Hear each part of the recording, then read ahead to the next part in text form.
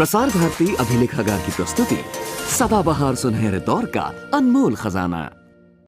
तो दीदी, जैसा मैंने पूछा है कि श्रीमती गांधी के अवसान के बाद आप दिल्ली में ही रही हैं और इस दौर में आप नए रचनात्मक कार्यों में लग गई हैं, खासतौर से वो जो नई चीज़ें जो अपने देश में और चारों तरफ घटित हो रही हैं, उनमें क्या तालमेल है, क्या समस्याएं हैं, कैसी समस्याएं हैं, और वो आप अपने संस्थाबद्ध रूप से आपके पास जो शक्ति थी उस सारी को आपने उस ओर लगा लिया। तो ये दौर कैसा है? वैसे अखिल भारत रचनात्मक समाज जो हम लोगों ने मिलकर स्थापित किया, उसकी स्थापना सन 82 में ही हो गई थी। रचनात्मक कार्यों से तो मैं जीवन भर जुड़ी थी, लेकिन सर्वसेवा संघ से मतभेद होने के कारण सन 75 में ही चंद साथियों को लेकर उससे अलग हो गई थी। तो ये रचनात्मक समाज जो स्थापित किया, ये रचनात्मक कार्यों को आगे बढ़ाने के लिए, और इसमें थोड़े से पुराने और बहुत सारे नए साथी जुड़ गए। हम हर साल एक राष्ट्रीय सम्मेलन किया करते थे और हम लोगों का जो काम फैला, खासकर उन तबकों में, खेतीहर मजदूर, भूदान किसान, गांव के, शहर के गरीब, तो हमारे उन सम्मेलनों में हज़ारों की तादाद में लोग सम्मिलित होते रहे। सिर पर सत्तू और चूड़े की पोटली बांध के महिलाएं गांव की लंबी यात्रा करके पहुंचती थी और इस तरह एक जन आंदोलन खड़ा हुआ। इसका एक हिस्सा ये भी था कि समाज में जो समस्याएं हैं, सांप्रदायिक तनाव की, अशांति की, हिंसा की, इन समस्याओं को हल करने के लिए भी रचनात्मक समाज ने कुछ नए कार्यक्रम शुरू किए। जैसे पंजाब में हमने 2 बार शांति आंदोलन चलाए।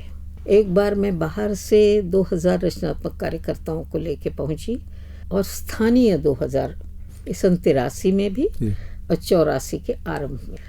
तो बहुत अच्छे अनुभव थे और हमने टोलियों में बांट दिया था, कोई पंचायत छोड़ी नहीं थी, सब में हमारे कार्यकर्ता फैल गए हैं। और जब दिल्ली पहले हम लोगों ने शिविर किया तो मैंने सबसे कहा कि भाई वापस नहीं भी आ सकते हैं, आतंकवाद का दौर था, तो जिनकी तैयारी हो ऊपर जाने की वही साथ चले, वरना यहीं से आप घर लौट सकते। एक भी लौटा नहीं, सब आ गए। और फिर हमने टोलियों में बांट दिया और 15 दिन तक पूरा पंजाब छान डाला। ये ऊपर वाले की, परमात्मा की कृपा थी कि किसी का भी बाल बांका नहीं हुआ। हम वो गांधीवादी पद्धति से काम करते थे, तो सबको हमने बताया था कि जिसे अंग्रेजी में डूज एंड डोंट्स, कि क्या कहना क्या नहीं कहना, किन सवालों के जवाब देना, किस ढंग से देना, और अगर राजनीति के सवाल करें तो कह दीजिए कि हम तो गांव के वर्कर हैं, हम तो गांधी विनोबा के सेवक हैं, हम कोई सियासत के बारे में जानते ही नहीं, हम क्या जवाब देंगे। तो इस तरह से उससे बच निकलिए और शांति, सांप्रदायिक सद्भावना, अहिंसा, भाईचारा, इन विषयों पर बात करते रहे। एक गांव में सरदारों का बड़ा गांव था, हमारे 4 साथी पहुंचे और इत्तेफाक था कि उसमें से 2 किसी प्रदेश के कांग्रेस के कार्यकर्ता भी थे। तो उन्होंने खादी देख के कहा, आप कांग्रेसी है? उन्होंने कहा नहीं, हम गांधी विनोबा के सेवक हैं। तो कहे, रहेंगे कहाँ? क्या आपके घरों में? और खाएंगे कहाँ? आपके यहाँ, जो आप खिलाएंगे। कि हमारे यहाँ आप रहेंगे? कि हाँ, क्यों नहीं, आप तो हमारे भाई है, हमारे यहाँ पिता है, चाचा है। ये सब पहले से ट्रेनिंग दी थी कि क्या जवाब देना। तो उन्होंने कहा कि तो फिर हमारे यहाँ से आप गुरुद्वारे से तकरीर करेंगे? क्यों नहीं। उन्होंने ऐलान किया, पूरा गांव इकट्ठा हुआ, उन्होंने अपने भाईचारा, शांति, सद्भावना बातें की। फिर उन घरों में गए, उनके यहाँ खूब प्रेम से, इतना पंजाब में तो जो खिलाते हैं, मक्खन और कैसी लस्सी और दूध, ऐसा खाना और कहीं नहीं मिलेगा, तो बड़े प्रेम से, बहुत उदार। तो फिर खिलाया भी, खूब गपशप हुई और फिर वहाँ से वो निकले। तो उस दिन ज़रा इधर उधर अगर वो बोलते तो जान खतरे में थी। लेकिन क्या परमात्मा की लीला कि हमारे किसी को कुछ नहीं हुआ। अच्छा, मैं जीप लेकर चक्कर काटती थी अकेली कि कहाँ किसी को कोई तकलीफ तो नहीं हो रही। एक बार रात 1 बजे में जलंधर लौट रही थी तो पुलिस वालों ने रोका कि कौन है इस वक्त रात में। खैर लोगों को नाम वाम मालूम हो गया था तो ड्राइवर ने बताया। तो एक ने कहा, आप इतनी रात को अकेली जा रही है, आपको डर नहीं लगता? तो दूसरा पुलिस वाले वही बोला, इनको क्या डर लगेगा, भगवान इनकी रक्षा करने वाला है। मैंने कहा देखिए जवाब भी आपको यही मिल गया। इस तरह से हमारा सारा वो काम हुआ। मैं कहूँ कि बड़ा प्रेरणादायी सारा वो कार्य था। दूसरी बार 84 में तो ये जो शांति सद्भावना का हमारा कार्य पंजाब में हुआ, उसके बाद हमने कश्मीर में शुरू किया। और कश्मीर में हम ऐसे वक्त में गए जब कोई जाता ही नहीं था। तो खासकर डोडा ज़िले में जहाँ एक गांव में हिंदू मुसलमानों का कुछ हो गया और इन्होंने इनके घर जलाए। तो हम लोग जब वहाँ पहुँचे तो पहला भाषण हमने ये किया कि जिन्होंने मुसलमानों ने हिंदुओं के घर जलाए वो उनके बनवाने के लिए चंदा दे और हिंदू मुसलमानों के घर बनवाने के लिए चंदा दे। पहला भाषण हुआ मस्जिद में तो 10,000 रुपये लोगों ने दे दिए चंदा। फिर हमने कहा कि वो घर पहले तो वो जले हुए सफाई करनी है। हम कुछ मेरे साथ कुछ छात्र भी थे दिल्ली के यूनिवर्सिटीज़ के। उन्होंने कहा आप लोग भी आइए। तो काम शुरू हो गया और मेल जोल से जितने घर जलाए गए थे वो बनवाए गए। फिर सरकार से भी कहा कि आप भी अपना लगवाइए और एक ऐसा माहौल बन गया कि भाईचारे का, शांति का। इसी तरह कश्मीर घाटी में भी जब पहली बार मैं पहुंची तब तो जहाज से ही जाना होता था। 8-10 साथी थे तो किसी से कहा था, कोई परिचय भी खास नहीं था, लेकिन किसी से कहा कि कोई तो हमको रिसीव करे। तो एक वकील आए थे, मुझे देख के कहते आपकी सिक्योरिटी कहाँ है? मैंने कहा सिक्योरिटी किस लिए? तो कहने लगे कि दिल्ली से जो भी आता है उसके आगे पीछे तो सिक्योरिटी की गाड़ी आ रहती है और बंदूक वाले खड़े रहते हैं। तो आपका कहाँ है? मैंने कहा हम लोग तो अपने घर आए हैं, अपने भाई बहन भाभिया भतीजे सबसे मिलने आए हैं, तो सिक्योरिटी की जरूरत रहेगी। अच्छा, सहज कह दिया हमने, लेकिन उसका जो असर हुआ दिलों पर वो हमने पूरे वक्त में देखा कि ये गांधी के सच्चे चेले आए। और मैं आपसे क्या बात बताऊं, मुझे पता नहीं था कश्मीर वैली में हो, डोडा में हो, रजौरी पूंछ में हो, हर मुसलमान ने मुझे सुनाया कि गांधी जी ने हम पर भरोसा रखा था। जब देश का बंटवारा हुआ तब सारे देश में आग लगी थी, लेकिन कश्मीर घाटी में शांति थी। उस जमाने का इतिहास याद कीजिए, शेख अब्दुल्ला के ज़माने में उन्होंने कहा था कि किसी का बाल बाका नहीं होना चाहिए, और सचमुच नहीं हुआ। तो गांधी जी ने कहा कि मुझे यहाँ आशा की किरण दिखाई देती है। ये गांधी जी का वचन था। तो मुझे हर मुसलमान नेता, चाहे हिंदुस्तान के खिलाफ हो जो हो, उन्होंने कहा कि हमारे दिल पर वो लिखा हुआ है गांधी जी का कि मैं कश्मीर में आशा की किरण देखता हूँ। हम कभी नहीं भूल सकते कि गांधी जी ने हम पर भरोसा रखा। आप गांधी के चेले हैं, आपका स्वागत है। और तब से अब 10 साल हो रहे हैं कश्मीर में कैसे कैसे वक्त में हम घूमे हैं, कैसे कैसे इलाकों में घूमे हैं। ऊपर वाले ने ऐसी रक्षा की कि हमारे किसी कार्यकर्ता को कहीं कोई जरा भी खरोंच नहीं भी पहुंची। इधर से गोली चल रही, उधर से गोली चल रही, लेकिन हमारे कार्यकर्ता ठीक से बच निकल रहे हैं, उन पर कुछ नहीं। कि मैं आपसे क्या कहूँ कि अभी मेरे घुटने का ऑपरेशन हुआ, वो रिप्लेसमेंट, तो कश्मीर में मस्जिदों में दुआएं की गई। और डोडा से मेरे पास खबर आई कि हमारे जो वहाँ के साथी है उनने कहा कि हमने इमाम से कहा कि आज मैं थोड़ी दुआ करना चाहता हूँ। दीदी का ऑपरेशन हुआ है। उसने कहा आप क्यों करेंगे, मैं करूँगा। अच्छा, वाह। और इमाम ने, सैकड़ों लोग बैठे मस्जिद में, और कहा कि वो दीदी थी जो हमारे पास आती थी जब कोई नहीं आता था, हमारा हाल पूछने कोई नहीं आता था, और हम किस दुख में थे वो हमारे पास तब से आती थी, हमसे बात करती थी, हमारा हालचाल पूछती थी, कुछ हमारी खिदमत करती थी। आज वो तकलीफ में है, चलिए हम सब मिलके उनके लिए दुआ करें। और सैकड़ों लोगों ने मिलकर मस्जिद में दुआ की। मैंने कहा इससे बढ़कर कुछ और इंसान पा सकता है? हाँ, सब मन को बहुत ही दिलासा देने वाला जी और भरोसा देने वाला और फिर भारत में यकीन करने वाली चीज है। भारतवर्ष में, क्योंकि गांधी जी विनोबा जी भारत के ही हैं, तो उनके मन में ये जो भाव है कि ये गांधी का काम करने वाले लोग हैं, तो ये तो बहुत ही अच्छा प्रसंग है। अब मैं बताऊं, विनोबा जी का एक नारा है ना, जय जगत। तो अब पाकिस्तान से भी मेरा 8-10 साल से जाना आना चल रहा है, जनता के स्तर पर, जिसे हम कहते हैं पीपल टू पीपल कांटेक्ट, उसके लिए कोशिश कर रहे हैं। मुझे पता नहीं, हिंदुस्तान में तो हम लोग रोज ही जय जगत बोलते हैं, हमारा मंत्र जय जगत हमारा नारा है। पाकिस्तान में जब मैंने ये कहा कि मेरे गुरु आचार्य विनोबा भावे कहते थे कि अब जय हिंद का ज़माना बीत गया, अब दुनिया एक होने जा रही है, इसलिए अब जय जगत बोलो, कुल दुनिया की जय। और जय जगत के मानी है कि हिंदुस्तान की भी जय हो, पाकिस्तान की भी हो, चीन की भी हो, अमेरिका की भी हो, रूस की भी हो। है तो अपना भाषण दे डाला, लेकिन एक आर्मी ऑफिसर की बीवी ऐसी उछली, कितनी बड़ी चीज है जय जगत। और डॉन पत्रिका ने फ्रंट पेज पे बॉक्स न्यूज, जो पब्लिसिटी कि जय जगत कहा इन्होंने, कुल दुनिया की जय, कितनी बड़ी चीज है।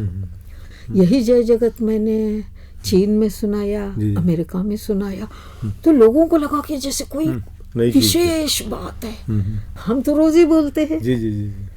तब ध्यान में आया कि इस विचार में क्या ताकत है।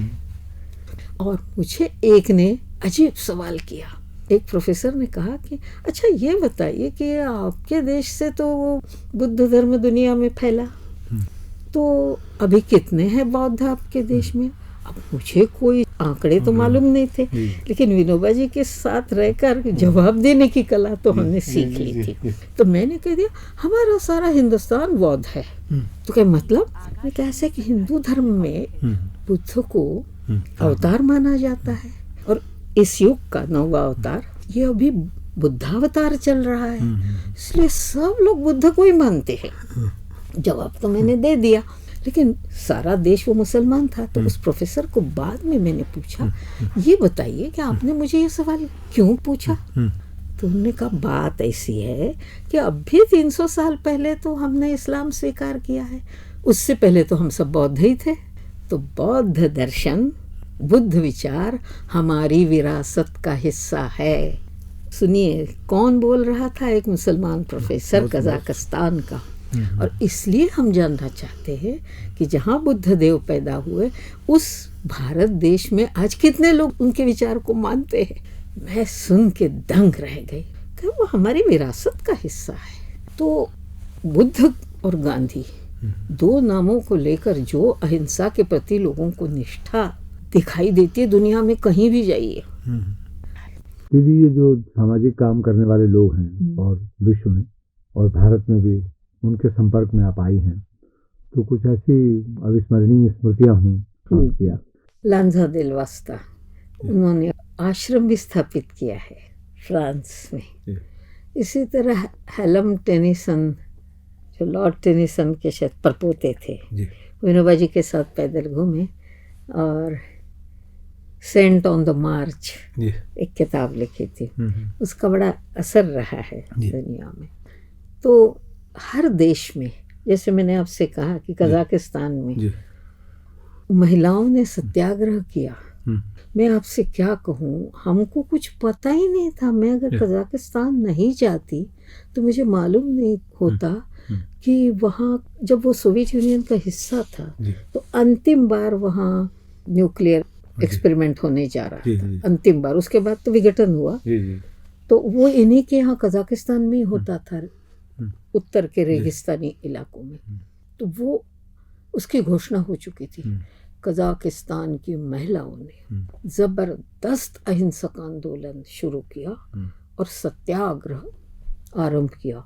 उनके राजधानी से अलमाता से उस स्थान तक, सेमी प्लेनियंस्क, बड़ा विचित्र नाम है, जहाँ वो होने वाला था, वहाँ तक पदयात्रा, सैकड़ों हजारों महिलाएं और पुरुष पीछे जी, कि हम होने नहीं देंगे। और जैसे जैसे आगे बढ़ती गई उनकी संख्या बढ़ती गई कि हम होने नहीं देंगे। और उनके यहाँ रिवाज है, कोई ऐसे सफ़ेद ऊन से बुनते थे और वो फैला देते थे, एक शांति का संदेश। वो पहुँचे वहाँ तक, तब तक सोवियत यूनियन की सरकार ने अनाउंस किया कि हम स्थगित करते हैं उस न्यूक्लियर एक्सप्लोजन को, परमाणु विस्फोट जो प्रयोग करने जा रहे थे अंतिम, उस प्रयोग को इन महिलाओं ने गांधी की अहिंसक शक्ति से, सत्याग्रह से रुकवा दिया। हमको मालूम ही नहीं, मैं अगर वहाँ नहीं जाती तो ये अद्भुत पराक्रम का मुझे पता ही नहीं चलता। और फिर उन्होंने कहा, उसके बाद चीन में होने जा रहा था, चीन का वो जो हिस्सा है ना ईस्टर्न तुर्किस्तान, उसमें प्रयोग होने जा रहा था, वो बाद में हुआ। उन्होंने कहा चलिए आप हम मिलकर एक अंतर्राष्ट्रीय महिलाओं का दल बनाए और चीन की सीमा पर जाए, इसी तरह पदयात्रा करते हुए। अब हमने योजना तो बना ली, पर हमारे पास पैसे कहाँ कि हम दोबारा पहुंच सके, वहाँ हो नहीं सका। लेकिन मैं कहना चाहती हूँ कि वो लोग तो गांधी का काम कर रहे हैं, हमको पता ही नहीं था। इसी तरह अब जापान के वो भिक्षु आते थे, नम्यो हो रेंगे क्यों, फ्यूजी गुरुजी, उन्होंने कितने सारे बना लिए हैं शांति स्तूप। एक लेह में जो बना हुआ है, वर्धा में बना है एक। फिर जहाँ सम्राट अशोक ने कलिंग पर हमला किया और वहाँ से सदा के लिए हिंसा छोड़ दी और बौद्ध विचार को अपनाया, वो चंड अशोक, धर्म अशोक बन गया। वहाँ पर बहुत बड़ा स्तूप बनाया, राजगीर में बनाया। नहीं, ये बात तो बहुत साफ है दीदी, जो आपने इतना लंबा अरसा जो है समाज सेवा में बिताया है और कोई स्पृहा नहीं, निष्प्रह होकर बिताया है अपने एक दीर्घ अनुभव से। लेकिन जो समस्याएं अब आ खड़ी हुई हैं, अब आपने देखा होगा कि अब भी समस्याएं जस की तस हैं, बेरोजगारी, भूख, बढ़ती आबादी और ये भूमि समस्या। तो इतने लंबे अनुभव के बाद अब आप क्या निराकरण देती हैं, क्या सोचती हैं? अब जो निराकरण होगा वो दो स्तरों पर, एक तो विश्व जनमत, शांति की, विश्व की जनमत की शक्ति जितनी मजबूत होगी उस दिशा में, और दूसरा आज की समाज व्यवस्था का विकल्प खड़ा करना पड़ेगा। वो है ग्राम स्वराज, वो है आत्मनिर्भर जो अर्थनीति, राजनीति गांधी जी ने, विनोबा जी ने बताई, ग्राम स्वराज, इसके भी प्रयोग हम दोनों स्तरों पर काम कर रहे हैं, ये ज़रूरी है। देखिए, जब हम कहते हैं कि बहुराष्ट्रीय कंपनियां हमको लूट रही है, आपके पास विकल्प क्या है? क्या गांव में खादी ग्रामोद्योग चल रहे हैं? आप अगर कहें कि हमको उनके माल का बहिष्कार करना है, करना ही होगा, तो आपके पास विकल्प है कि हमारा माल हम खड़ा कर रहे हैं, हमारे उद्योग हम खड़े कर रहे हैं। तो हमको वैकल्पिक समाज व्यवस्था के निर्माण का काम भी करना है।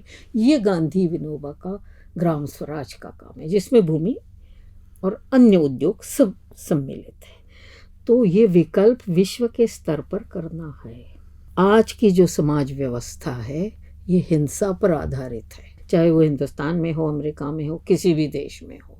ये हिंसा पर आधारित समाज व्यवस्था, अर्थव्यवस्था जो है आज की, इसमें आमूल चूल परिवर्तन लाना होगा और वो गांव में काम करके विकल्प खड़ा करना होगा। आपने कहा कि चंद नमूने से नहीं चलेगा, बिल्कुल सही है, पूरे देश के स्तर पर करना होगा। फिर पूरे देश के भी नहीं, हमको विश्व के स्तर पर ऐसे विकल्प खड़े करने के प्रयोग करने होंगे। और कुछ नौजवान इन कामों में लगे हैं। हमें इतनी खुशी होती है कि हम जो हिंदुस्तान में कर रहे हैं, हम अकेले नहीं हैं। विश्व के अनेकों देशों में अनेकों युवा युवतियां छोटे छोटे प्रयोग कर रहे हैं। और इन सब प्रयोगों को मिलकर ये विश्व की व्यवस्था को बदलने का हमको एक आंदोलन, एक से नो टू वॉर, ये भी करना है। पर शांति आएगी कैसे जब तक समाज में हिंसा है, व्यवस्था में हिंसा है? शांति आएगी कैसे? शोषण है। विनोबा जी कहते थे, गांधी जी भी कहते, शोषण हिंसा है। तो ये समाज में शोषण रहेगा, एक्सप्लॉयटेशन रहेगा, अन्याय रहेगा, अत्याचार रहेगा, शांति कैसे आएगी? इसलिए समाज व्यवस्था में परिवर्तन लाना होगा, उसके विकल्प खड़े करने होंगे जनशक्ति जगाकर। पता नहीं कि मेरी उम्र में क्या मेरे देखते हुए होगा या नहीं, लेकिन होगा ज़रूर। हमारे साथ इतने नौजवान तैयार हुए हैं कि मुझे इसका संतोष है कि ये लोग काम आगे चलाएंगे, इसमें कोई शक नहीं। और यहाँ चलाएंगे सो नहीं, ये तो आपके देखते ही होगा, लेकिन अब यह है कि उसकी प्राथमिकताएं तय करेंगे आप। हम दोनों काम करें। मैं कह रही हूँ विश्व के स्तर पर और ग्राम के स्तर पर, दोनों स्तरों पर हमको काम निरंतर जारी रखना है। मैं ये सोचता हूँ कि आपने तो एक अरसा राज्यसभा में राजनीतिज्ञों के बीच, मुझसे परे नहीं, वहाँ बिताया, और मैं तो ये कहूँगा कि एक साक्षी के रूप में कि आप लंबे अरसे राजनीतिज्ञों से आपके संपर्क रहे हैं और वो भरोसा रखते रहे हैं आप पर, वो अपने स्वार्थों के लिए भरोसा रखते रहे हों, अलग बात है, कई चीज़ें सामने आती हैं उसमें भी। तो राज्यसभा का आपका जो अनुभव है राजनीतिज्ञों के बीच रहने का, ये एक एक्सीडेंट ही रहा कि मैं राज्यसभा में चली गई। सन 80 से लेकर इंदिरा जी मुझे कहती रही, और मैंने कहा मुझे कुछ नहीं चाहिए, ये मेरा क्षेत्र नहीं है। बड़ी नाराज़ होती थी कि तुम मुझसे कुछ लेती ही नहीं। मैंने कहा मुझे लेना ही नहीं है, ये मेरा फील्ड ही नहीं है। लेकिन उस वक्त ये मैं मनोनीत सदस्य रही, गुजराल जी ने जब बनाया। एक कारण ये भी था कि नारायणन साहब राष्ट्रपति थे। अब हमारे ही हरिजन सेवक संघ के बालक को हूँ मैं, राष्ट्रपति है, और वो मनोनीत करना चाहते हैं, तो पता नहीं कैसे मैंने हाँ कर दी। उससे पहले कई बार पूछा गया था, मैंने हर बार हाथ जोड़ लिए थे। उस वक्त मैंने हाँ कर दी और मैं मनोनीत सदस्य के नाते राज्यसभा में आ गई। मैं किसी दल की सदस्य नहीं बनी, और हर विचार पर, हर इशू पर जो मुझे ठीक लगा उस हिसाब से मैंने कहा, और उस हिसाब से बटन दबाया वोट का। किसके साथ दबाया, उस पे जो सहमत उस वक्त थे। अब कौन था मुझे नहीं मालूम, मतलब कहने का मतलब ये। लेकिन मैंने अपनी प्राथमिकताएं राज्यसभा में तय कर ली थी। मैं एक ही काम अधिक करूंगी, भारत पाक दोस्ती, बल्कि उसी के लिए मैंने राज्यसभा में जाना स्वीकार कर लिया कि उस काम मेरा शुरू हुआ था। मैंने सोचा इसके ज़रिए कुछ होगा, और फिर एक पार्लियामेंट्री फोरम बनाया फॉर इंडो पाक फ्रेंडशिप। आपको ताज्जुब होगा, आश्चर्य की बात, कि मैंने जब पहले मीटिंग बुलाई तो मैंने एक एमपी से कहा कि ज़रा चाय वाय का इंतज़ाम कीजिए, मेरे पास तो पैसा होता नहीं। मैंने सबसे कहा आइए, सब पार्टी के लोगों से, कि ऐसा फोरम हम बना रहे। हैरान रह गए कि हॉल खचाखच भर गया और सब दलों के एमपी आए, सब। अब समझ लीजिए। और मैंने ये कहा कि ये काम, भारत पाक मैत्री का काम दलों से ऊपर उठ के करना है। दोनों देशों की जनता इसको चाहती है, जो कुछ मुझे कहना था। और सबने दस्तखत कर दिए, फोरम बन गया और मुझे उसका संयोजक बना दिया। तो उसी काम पर मैं ज़्यादा ध्यान देती थी। और मैंने कहा 50 काम तो मैं कर नहीं पाऊंगी ये। और फिर सांप्रदायिक सद्भावना, हिंदू मुस्लिम एकता, इस पर अब कुछ कुछ ये खादी ग्राम उद्योग है, ये है, ये अपने विषय है, इस पर थोड़ा बहुत तो मैं बोलती थी। एक तो मनोनीत सदस्यों को बोलने का भी कम अवसर मिलता है। खैर, और मैं 2 साल ही रही। लेकिन एक बात आपसे, आप जो कह रहे हैं, मेरा अनुभव सभी का जो रहा, अब मैं, आप कहेंगे कि आप सच बोलिए, तो मैं सच के अलावा जीवन में बोली नहीं हूँ। ये आपको बात बताऊँ कि मुझे माता पिता ने जो शिक्षा दी, जो विनोबा जी के चरणों में मैंने शिक्षा पाई, मेरे मुंह से झूठ निकल ही नहीं सकता है, मैं बोल ही नहीं सकती हूँ। अब आप कहिए कि इनमें क्या बुराई है, उनमें क्या बुराई है, तो मैंने आपको पहले ही बता दिया कि बुराई देखने की हमको आदत ही नहीं है। ये हमें त्रुटि है, अब त्रुटि कह सकते हैं, लेकिन एक चीज़ मैंने देखी कि अच्छे से अच्छे लोग भी सच नहीं बोल सकते, बल्कि मैंने कुछ बहुत से बड़े नेताओं से कहा है, हमको मालूम है कि आप सच बोल नहीं सकते हैं, हम बोलेंगे, लेकिन हम सच बोलेंगे, कुछ समर्थन तो कीजिए। आप बोल नहीं सकते, आपकी हिम्मत नहीं होगी सच बोलने की। इन शब्दों में कह दिया। हमको मालूम है यू हैव योर कंस्ट्रेंट्स, आपकी मजबूरियाँ हैं, आपको वोट लेने हैं, ये बोलने से वोट कटेंगे, वो बोलने से वोट कटेंगे, ये आपके सामने सब रहता है। हमको वोट लेने नहीं है तो हम सच बोल सकते हैं और बोलेंगे और बोलते हैं। हमको ये नहीं देखना है कि कौन हमारे पीछे आता है या नहीं, हम बोलेंगे सच ही। आपकी हिम्मत नहीं सच बोलने की, इन शब्दों में कहा है, लेकिन हम लोग सच बोलते हैं, कुछ पीछे से समर्थन तो कीजिए। इन शब्दों में इन लोगों से मैं कहती रही। हमारी कोशिश ये थी कि इस काम में जो भारत पाक दोस्ती का है, इसमें अधिक से अधिक लोगों को सम्मिलित करूं। और मैं हैरान रह जाती थी जब हमारी मीटिंगों में सब दलों के लोग आते थे। कैसे आते थे? मैं टेलीफोन करती थी कि भाई ये भारत पाक दोस्ती के लिए मीटिंग हो रही है, आप आइए। आ जाते थे। तो लगा कि एक अच्छी चीज़ है, बस इसी पर अपनी शक्ति लगानी चाहिए, और वो मैंने लगाई। मैंने बहुत सारे मुद्दे लिए ही नहीं। लेकिन एक बार हुआ, वो कौन सा था, शायद बीमा, उसमें बाहरी अंतर्राष्ट्रीय स्पर्धा के लिए। हाँ, तो उसमें जब हुआ वोटिंग, तो हम और कम्युनिस्ट एक तरफ हो गए। हमको नहीं पता कौन किस में दबा रहा है। बाद में किसी ने कहा अब तो गांधीवादी है, अब कम्युनिस्ट बन गए। मैंने कहा मैं गांधीवादी हूँ, कम्युनिस्ट भी मेरे मित्र है, सब मेरे मित्र है। अब इस इशू पर उनकी मेरी एक राय हो गई तो एक से बटन दबाए गए। फिर मुझसे लोगों ने पूछा कि आप ही थी उनके साथ, और कोई नहीं थे? हमने कहा हम विचार के साथ थे, अपने विचार पर अड़िग थे। तो ये अपनी भूमिका है। अब जो हम जिस दहलीज पर कदम रख रहे हैं इन दिनों, वहाँ से आपको क्या दिखाई देता है कि हम ठीक रास्ते पर हैं? राजनीतिक दहलीज पर हम कदम रख रहे हैं, कल से रख लेंगे। मैं आपको बताऊं, फिर मैं अपने गुरु विनोबा भावे को याद करती हूँ। जब उनसे लोग कहते थे कि दुनिया में इतनी हिंसा बढ़ रही है, विश्व युद्ध की तरफ जा रहे, परमाणु अस्त्र बन रहे, तो विनोबा जी कहते थे मैं अपनी आँखों से देख रहा हूँ कि दुनिया अहिंसा की तरफ आ रही। एक बार मैंने पूछा कि आँखों से देख रहा हूँ, इसका मतलब क्या? तो हंस के बोले जैसे मैं तुमको अभी आँखों से देख रहा हूँ। मैंने कहा बाबा मैं कुछ समझी नहीं। तूने कहा दुनिया अहिंसा की तरफ आ रही है, मैं देख रहा हूँ। और जब ये पीस मार्चेस मैंने देखे, मैंने कहा इसी को वो पहले देख रहे थे 20 साल पहले। और एक उनकी बात मैं बताना चाहती हूँ। एक बार जब उनसे पूछा भारत पाकिस्तान की समस्या को लेकर, आज से 35-40 साल पहले की बात है, तब उनसे पूछा तो उन्होंने जवाब दिया मैं अपनी आँखों से देख रहा हूँ कि दोनों कोरिया एक हो जाएंगे। तब दोनों कोरिया अलग थे। मैं अपनी आँखों से देख रहा हूँ कि दोनों वियतनाम एक हो जाएंगे। मैं अपनी आँखों से देख रहा हूँ कि बर्लिन की दीवार ढह जाएंगी और दोनों जर्मनी एक हो जाएंगे। फिर थोड़ी देर रुके और कहा मैं अपनी आँखों से देख रहा हूँ कि भारत और पाकिस्तान एक हो जाएंगे, दिल जुड़ जाएंगे। राज्य भले ही अलग रहे, दिल जुड़ जाएंगे। जब बर्लिन की दीवार गिरी तो मुझे उनकी बात याद आ गई।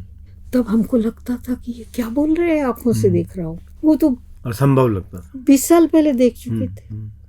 वियतनाम एक हो गए, बर्लिन की दीवार गिर गई, कोरिया में कुछ बातचीत शुरू हो गई है, हम लोगों की भी बातचीत चल रही है। इसको उन्होंने बहुत पहले देखा था। इसलिए दुनिया अहिंसा की तरफ आ रही है। ये जो उन्होंने आँखों से देखा, मैं आँखों से तो नहीं देख पा रही हूँ, लेकिन श्रद्धा से देख रही हूँ। और जितना दुनिया वालों से संपर्क होता है, मुझे ये देखकर अत्यंत प्रसन्नता होती है कि अहिंसा के प्रति, गांधी के प्रति जो मेरी निष्ठा है, इससे बहुत अधिक निष्ठा दुनिया के हजारों नौजवानों के दिलों में है। इसलिए मुझे परम शांति है। ये काम चलेगा, हमसे होगा या नहीं मालूम नहीं। देखिए हम तो एक औजार है, भगवान अपने औजार चुनता है। हमसे जितना काम लेना है लेगा, उसके बाद कहेगा ये काम दूसरे करेंगे। कोई ना कोई करेगा, व्यक्ति नहीं, समाज, समूह और ये होकर रहेगा। वो है ना, हम होंगे कामयाब एक दिन। दीदी आपने बिल्कुल ठीक कहा, क्योंकि ये जो लॉ आपने जगाई है ये रोशनी कभी बुझेगी नहीं। आप कुछ बातें बताने वाली थी जो कि हमारे परमाणु विस्फोट से संबंधित है, वो संस्मरण। आपको शायद याद होगा कि जब पोखरण में दूसरा परमाणु विस्फोट हुआ तो कुछ ऐसे महानुभाव थे वहाँ की मिट्टी लेकर सारे हिंदुस्तान में फैलाना चाहते थे, यानी उनको पता ही नहीं कि वो रेडियो एक्टिव मिट्टी थी। मतलब अज्ञान, इतना भयंकर अज्ञान है। विनोबा जी अक्सर कहा करते थे कि शंकराचार्य हमेशा कहते थे कि मेरा काम है अज्ञान को मिटाना, अज्ञान खंडन और ज्ञान देना। तो किसी ने कहा कि आपने किसी को एक बार विचार समझाया, ज्ञान दिया, वो नहीं माना तो क्या करेंगे? उसने कहा दोबारा समझाऊंगा। 2 बार नहीं समझे तो तीसरी बार समझाऊंगा। तो विनोबा जी ने कहा कि पूछने वाला कोई होगा? उसने कहा 50 बार समझाने से भी नहीं समझे तो क्या होगा? तो कहे पूछने वाला सोचता हो कि शंकराचार्य कहेंगे कि अब मेरे हाथ का जो डंडा है वो उसके सिर पे मारूंगा। लेकिन वो शंकराचार्य थे, आदि शंकराचार्य। उन्होंने कहा मैं 51वीं बार समझाऊंगा, क्योंकि जो शक्ति ज्ञान में है वो और किसी चीज में नहीं। ज्ञान के दिए को जलाना, यही हम सबका काम होना चाहिए। और कन्फ्यूशियस ने जो कहा है, अंधेरे को कोसो मत, दिया जलाओ, और यही अहिंसा की बुनियादी भूमिका है। वैसे दीदी एक प्रश्न और है जिस पर आप जरूर उसकी जानते हैं, जो आतंकवाद जो वैश्विक स्तर पर उभरा है और बड़ा ऑर्गेनाइज्ड आतंकवाद है, वो आतंकवाद जो है एटम बम भी प्रोक्योर कर सकता है, ले सकता है और अपने लक्ष्यों के लिए वो उसका इस्तेमाल करता है। ये अंतर्राष्ट्रीय आतंकवाद जो है, इसके निपटारे की गांधीवादी विधि कोई है? एक बात मैं बताऊं, शिकागो में अमेरिका में जब मैं बोली तो लोगों ने यही सवाल किया। तो मैंने कहा ये बताइए, विनोबा जी जो कहते थे कि हम लोगों की नीति ऐसी अजीब है कि हम चोरों को सज़ा देते हैं और चोरों के बापों को सम्मानित करते हैं। एक चोर है, उसने किसी घर से कुछ चुरा लिया, पकड़ा गया, अब उसको जेल खाना भेज देंगे, चोरी की, गलत काम किया। ये नहीं पूछते कि वो भूखा है या क्या है, उसके बच्चे क्या खाए। और जिसने संग्रह अपने घर में करके रखा और दूसरों के बच्चों को भूखे मरने दिया, वो चोरों के बाप है। जो संग्रह करता है, परिग्रह करता है, वो चोरों का बाप है। उसको आप प्रतिष्ठित मानते हैं, बड़ा आदमी मानते हैं। तो ये जो आपकी विकृत नीति है, इसको बदलना होगा। ये कहानी सुना के मैंने कहा ये बताइए कि आतंकवादियों के बाप कौन है? तो लोग हंसने लगे कि आप बताइए। मैंने कहा मैं क्यों बताऊं, आपको मालूम है, आप सब जानते हैं। ओसामा बिन लादेन को पैदा किसने किया, आप जानते हैं। सब हंसने लगे। मेरे मुंह से क्यों कहला रहे हो, आपको पता है। तो सवाल ये है कि आतंकवादियों के बाप कौन है, आतंकवादी पैदा क्यों होते हैं, इस पर किसी ने ध्यान दिया। और दलाई लामा ने, आपको याद होगा जब 9/11 वाला वो पहली दुर्घटना बनी, तो दलाई लामा ने राष्ट्रपति बुश को चिट्ठी लिखी कि बौद्ध दर्शन में ये माना जाता है कारण के बिना कोई कार्य नहीं, हर कार्य के पीछे कोई कारण होता है। तो जरा इसके पीछे जो कारण है उसको भी ढूंढना होगा, ये उन्होंने लिखा। तो ये जो चारों तरफ आतंकवाद फैल रहा है, क्यों? आज की व्यवस्था, समाज की व्यवस्था, अर्थव्यवस्था, राज्य व्यवस्था, शोषण, अन्याय, अत्याचार, इसी में से तो पैदा होता है। हमारा इन सारे आतंकवादियों में से जो कुछ थोड़े सोचने समझने वाले, इन सबसे यह है, जैसे मैंने कश्मीर में भी मित्रों से कहा कि बंदूक फेंको, गांधी का रास्ता अपनाओ। यही हम नक्सलवादियों से कहते हैं कि बंदूक फेंको, हिंसा फेंको, गांधी का रास्ता अपनाओ। मैं आपसे पूछना चाहती हूँ कि आखिर क्यों किसी आतंकवादी ने आज तक हम पर हमला नहीं किया? तरह सोच लीजिए। इसलिए कुल दुनिया को सोचना होगा कि आतंकवाद पैदा क्यों होता है। उस क्यों का जवाब ढूंढेंगे तो गांधी विचार पर आप पहुंच जाएंगे। तो मेरे कहने का मतलब ये कि इस पर सोचे बगैर ऊपर ऊपर से आप करेंगे तो कुछ नहीं होगा। वो कौन सी कहानी है दुर्गा सप्तशती की, रक्त बीज वाली, अरे उसको मारो तो उसके रक्त के बिंदुओं से और राक्षस खड़े होते हैं। तो यही कर रहे हैं हम, वो रक्त बीज को मारने के लिए हथियार का प्रयोग कर रहे हैं तो और राक्षस पैदा हो, गिरता तो और पैदा हो। इसलिए इस रक्त बीज असुर को मिटाने का कोई उपाय ढूंढना पड़ेगा। वो उपाय अहिंसक होगा। दीदी, ऐसी एक आम धारणा बनी हुई है, जब भारत पाकिस्तान का विभाजन हुआ उससे कुछ पहले जब राजनीतिक सरगर्मियां बहुत तेजी से चली और गांधी जी भी जीवित थे, ऐसी धारणा है कि यदि उस समय स्वतंत्रता से पूर्व जिन्ना को प्रधानमंत्री के रूप में मनोनीत कर दिया जाता या ऐसी भावना को बल मिलता या उन्हें बना दिया जाता तो हिंदुस्तान पाकिस्तान तो बनते ही नहीं, और हिंदुस्तान पाकिस्तान नहीं बनते तो बहुत सारी समस्याएं नहीं होती, और ये एक राष्ट्र जो द्विराष्ट्रवाद की खाई बहुत बड़ी बन गई है, ये ना होती। दक्षिण एशिया की बहुत सारी समस्याएं ना होती, शायद ये आतंकवाद से जितने बरसों लड़ना पड़ा ये भी ना होता। आप क्या सोचते हैं, ऐसी धारणा थी? देखिए, ये सुझाव गांधी जी का ही था कि जिन्ना साहब को प्रधानमंत्री बनाया जाए। सवाल यह है कि वो सारा जो विभाजन का दौर था उसमें अनेकों से अनेक भूले हुई, लेकिन थोड़ा और पीछे चले जाए तो 1857 में खल खुदा का मुल्क बादशाह का हुक्मरानी साहबा का चलता था। तो नेता थे महाराष्ट्रीय ब्राह्मण नाना साहब पेशवा, तात्या टोपे और रानी झांसी और तीनों बादशाह बहादुर शाह जफर। पर तीनों ने बहादुर शाह जफर को अपना नेता माना था। अगर वो सफल होता संग्राम तो बहादुर शाह जफर को स्थापित किया जाता हिंदुस्तान में की गद्दी पर। और जिस तरह हिंदू मुसलमान लड़े एक होकर, वो देखने के बाद अंग्रेज अफसरों ने चिट्ठियां लिखी वहाँ, जो ब्रिटिश आर्काइव्स में सुरक्षित है, कि इस देश में इन दोनों को अलग किए बगैर हिंदू मुसलमानों को हमारी हुकूमत चल नहीं सकेगी। फिर अंग्रेजी साम्राज्य की नीति ऐसी बनी कि इनको अलग किया जाए, और उस हिसाब से उनके कदम उठते गए। अलग करने के लिए कुछ आधार तो थे।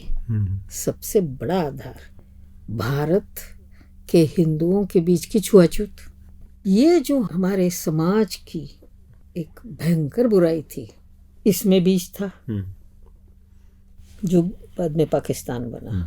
जरा तटस्थता से विश्लेषण करना होगा। फिर जाति व्यवस्था ऐसी हमारी है, उसका भी असर हुआ। बड़ी जाति वाले छोटी जाति वालों के साथ क्या व्यवहार करते थे, वो भी कारण है। इस तरह कुल देखते हुए चलिए आगे। फिर जब अंग्रेजों की वो नीति कुछ कुछ सफल होने लगी, तब गांधी जी ने ये कहा कि बना दीजिए जिन्ना साहब को प्रधानमंत्री। पानी सर से उतर चुका था। पाकिस्तान के कई मित्रों का मानना है कि शायद 37 की बात है या 36 के करीब, जब मुस्लिम लीग और कांग्रेस की सम्मिलित मिनिस्ट्री बने, ये सुझाव आया शायद यूपी में तो उसको कांग्रेस ने ठुकराया कि वो बनता, पार्टीशन होता ही नहीं। अब बात यह है कि किसकी कितनी गलती है, वो अगर हम देखने जाए तो ये सम्मिलित सबका है जी। ये न कहे कि आप ज़्यादा जिम्मेवार है, हम कम जिम्मेदार है, सब जिम्मेदार है, सम्मिलित। हिंदू भी है, मुसलमान भी है, अंग्रेज तो है ही है। अब सवाल ये उठा, ये किसी को मालूम नहीं है। गांधी जी कहते थे कि मेरी लाश पर पाकिस्तान बनेगा। तो विनोबा जी तब आश्रम में थे और देख रहे थे कि देश में ऐसा माहौल बन रहा है कि कांग्रेस के नेता भी गांधी जी की बात नहीं मान रहे और एक सांप्रदायिक माहौल बनता जा रहा है।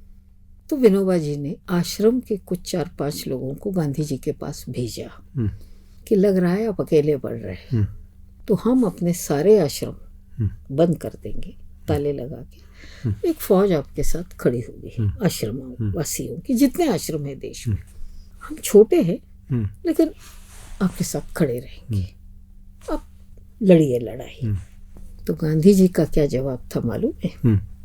गांधी जी ने कहा मेरे पास 10 साल होते और एक लड़ाई लड़ता, लेकिन मुझे मालूम है कि मेरा समय हो चुका, मुझे जाना है, मेरे बाद जिन लोगों को चलाना है जैसा चलाना है चलाए, मैं तो नहीं रहूँगा। और विनोबा जी उसका विश्लेषण ये करते हैं कि अगर वो इन लोगों के सारे नेताओं के खिलाफ, उनके साथ सिर्फ बादशाह खान थे, खान अब्दुल गफ्फार खान, बाकी सब वर्किंग कमेटी गांधी जी के साथ नहीं थी, इनके खिलाफ फिर आंदोलन छेड़ते, जो कि लोहिया जी और नरेंद्र देव इन लोगों ने कहा था कि बापू आप छेड़िए, हम आपके साथ हैं। तो बापू को मालूम था कि आंदोलन तो मैं छेड़ देता और मैं चला जाता, कौन चलाता, अराजक फैल जाता, ये देख रहे थे वो। इसीलिए उन्होंने कहा कि मेरे पास अगर समय होता तो मैं और एक आंदोलन, जन आंदोलन छेड़ देता, और ये जो आज़ादी जल्दी आ जाए ये हमारे नेताओं की चाह थी, से कहते अभी नहीं और 10 साल लड़ो, नहीं होगी तो इतिहास बदल जाता। लेकिन उन्होंने कहा मेरे पास समय नहीं है और इसलिए उन्होंने छोड़ दिया। उनको मालूम था कि मुझे दुनिया छोड़ के जाना है। उनके ऐसे वचन हैं कि हिंदू और मुसलमानों के दिलों को जोड़ने के लिए मुझे अपने खून का हर कतरा बहाना पड़े तो मुझे खुशी होगी। और एक कहानी बताओ, नाम नहीं लूँगी, पाकिस्तान की एक जानी मानी पत्रकार, लेखिका, महिला आज से 8-10 साल पहले हिंदुस्तान आई थी। तो कहीं हम लोग मिले, मुझसे कहने लगी ऐसा करें हम लोग, तुम और हम, गांधी जी के दिन पर वाघा बॉर्डर पर आए, हम उधर से आए तुम लोग इधर से आओ, पहले ये नहीं होता था, और एक दूसरे को माला पहनाए, बस और कुछ नहीं, एक दूसरे को माला पहनाए। मैंने कहा बड़ा अच्छा विचार है। तो किस दिन, ये बात हमारी हो रही थी जून में, आज से 10 साल पहले। तो मैंने कहा अब गांधी जयंती आ रही है, 2 अक्टूबर को करें? नो, जिस दिन वो शहीद बने 30 जनवरी को, इसलिए because he died for us. Pakistan की मुस्लिम महिला लेखिका कहती है हमारे लिए मरे हैं। ये गांधी जी के बलिदान पर इस देश में सांप्रदायिक सद्भाव, धर्मनिरपेक्षता, सेक्युलरिज्म की रक्षा हुई। आज देश हमारे जैसों का शायद बलिदान मांग रहा है। लेकिन मैं आपसे कहना ये चाहती हूँ कि इतिहास को मोड़ा नहीं जा सका। और इसी के साथ दूसरी भी जानकारी दे रही हूँ कि जिन्ना साहब का 11 या 12 अगस्त का भाषण है पाकिस्तान की कॉन्स्टिट्यूएंट असेंबली के सामने, अद्भुत भाषण है। जिन्ना साहब ने कहा अब आप पाकिस्तान के नागरिक हैं, आप न हिंदू है, न मुसलमान है, न ईसाई है, आप पाकिस्तानी हैं। आप चाहे मंदिर जाइए, मस्जिद जाइए, गुरुद्वारा जाइए, चर्च जाइए, ये आपका व्यक्तिगत मामला है, लेकिन आप सब समान पाकिस्तानी नागरिक हैं। कितना सुंदर भाषण था। लेकिन इस पर वो देश चला नहीं। और अंतिम साल में, बल्कि पाकिस्तान बनने के महीने 2 महीने बाद, पाकिस्तान के नेताओं ने जिन्ना साहब के साथ वही सलूक किया जो हिंदुस्तान के नेताओं ने गांधी जी के साथ। खैर, ये सब दुखदाई इतिहास है, लेकिन उसमें बहुत पढ़ने से कुछ बनेगा नहीं। हमको ये देखना है कि अतीत से सीखे ज़रूर, अतीत की भूलों से, लेकिन वर्तमान की तरफ देखे। भविष्य कैसे अच्छा बन सकता है, कैसे दोनों देशों की जनता में मैत्री भाव, प्रेम भाव बढ़ सकता है, ये देखे, ताकि दोनों की समस्याएं धीरे धीरे बातचीत से हल होती चली जाए, व्यापार चले, उद्योग चले, आना जाना चले, लोग एक दूसरे से मिले और एक नया साउथ एशिया, दक्षिण एशिया बनाने में हम अपनी शक्ति लगाए। अतीत के इस बृहद आख्यान पर केवल यही कहा जा सकता दीदी, जैसे कि आपने स्वयं कहा है कि अब अतीत से सबक लें और भविष्य का निर्माण करें। और मुझे पूरी उम्मीद है कि आपके इन दीर्घ अनुभवों का जो आलोक है, इससे भविष्य को रोशनी मिलेगी और हम एक नया वैकल्पिक संसार जो है अपने संसार में, अपनी व्यवस्था में बना पाएंगे। आपका बहुत बहुत धन्यवाद। नमस्कार।